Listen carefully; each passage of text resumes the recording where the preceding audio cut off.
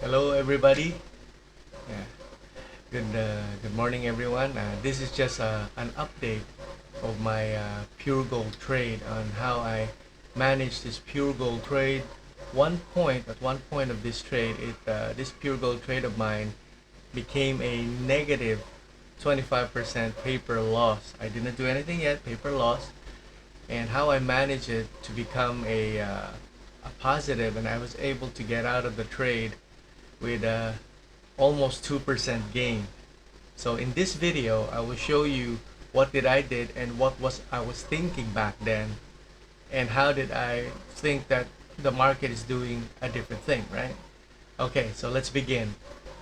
I want to keep this video up short because I know everybody's busy, but I also want to point out what to do, right? Okay, so disclaimer, this is not always the case. Like, yes, I was able to make this a positive trade, but I'm not telling you to hold on to your losses, right? Number one, I did like this particular stock too. I was just not thinking that it is pretty a bigger sell-off than I expected, right? So let's begin. But please don't follow me. This is not always the case of my technique. This is just to show you how I manage this trade. That's all. Thank you very much. This is only for educational purposes, and that's it. All right. So let's begin. So basically, right, last year, okay, if you take a look at the chart, okay, if you take a look at it, okay, let's see. So actually, my thinking of this particular trade was I do always say on this particular part of my channel that there is a bull bear, which means that there's a micro channel, which means that the market is trending up. So most likely it's gonna trend higher, right? That's what I will say, right? So by looking at this particular moment, moment in time, when it was on June to August, the market was really going up like crazy, right? And then at this particular time, I was thinking of this. Okay, so we have a good support here for pure gold, and now it's bouncing up, right? So my thinking was, I bought it on September 30, exactly at this particular day, right? And I was thinking, okay, so this particular trade might be going up to create a new high, which if I bought it here, I'm gonna make some money, right? Now, if I also compare this with the index, at that particular moment, as I understand, right, this was on, okay, let us try to see if we can do a rough comparison here. Okay, so let's just make this a little bit smaller. Now, 22, September 30th. Okay, so where is September 30th here? So September 30th at this particular chart where I bought it let me see,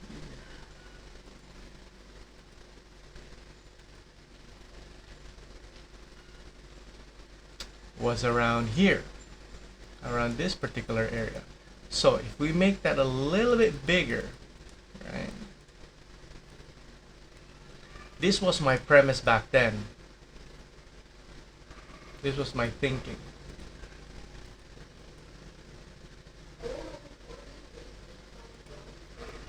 The market has only two ways. It's either it's gonna break down or hit back up. Now, that particular thinking, I bought it here, knowing that, okay, this could be a support. And as we all know, I could be wrong, but pure gold is part of the index. So I was pretty confident that if it does not hit down here, it's gonna go up here, right? Unfortunately, it break down. Then at this particular moment here in time, I was thinking, okay, this could be a bear micro with a big support around this particular area.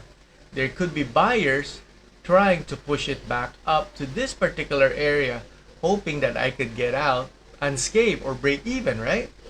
So again, I bought some here on around October 15. Then I was thinking I double up again on October 22nd. Then I noticed that, okay, it tried to push down, go up around here. I was thinking, okay, this looks like it's creating a higher high, trying to create a bull micro. I did not wait. I bought another one here. But this particular time, if you think about this has not changed. This is still a bear micro and the trend is still going down. So it continued to broke down. After this particular point in time, I said to myself, okay, I gotta wait for this to have a good signal in going back up, right? So, okay, so I waited until when? Since November to March, that's almost like a 5-month wait. I didn't even look at this particular stock anymore. Like I was thinking, oh my goodness, God's gracious, right? Then it went back up here. I was excited because now it could be trying to go back up here, right? So again, I bought a bigger amount of cash around this particular point. Then behold, guys, look at that. Oh my goodness. Then the floor went down more. Boom. And on this day, May 14, my maximum paper loss was around 25 to 26% of my investment. Wow. That was a shocker, guys. That was a shocker. Then suddenly, okay, this did this part. So if you take a look at this, what is the difference between these two? Went up, could not do a retest, went back down. Went up, can't do a retest, went back down. Went up, can't do a retest, went back down.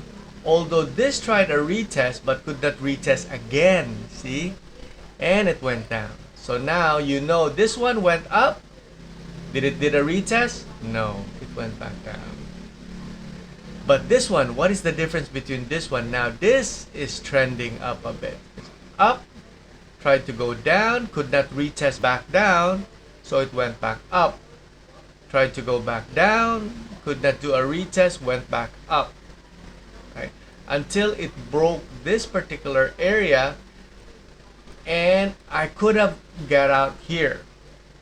But I was thinking again, this could continue to go up even higher, right? I was wrong. It tried to pull a bear micro. Luckily, at this particular point in time, around July, it went back up, could not go up, it went back down, but could not reach this particular area. So there's only two choices you have. It's either here or here. So what happened? It broke out. So which means to say, that's how I managed this particular trade. So basically, I could have got out here. That was July. Actually, a month ago, I could have got out. But at that time, I was looking at the chart every day, but I couldn't get out. So I'm just explaining here what happened. So the way the stock moves is basically bull, bear, bull, bear.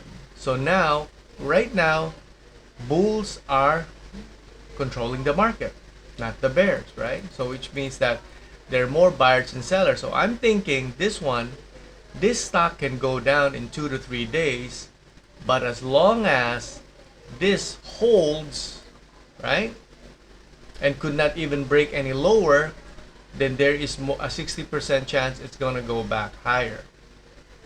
So I did not realize that until just a few weeks ago, that when you want to go join the bulls, you gotta wait for a pullback, and that's a better chance for you to survive, right? So That's my 2 cents there. And of course, now if you take a look back at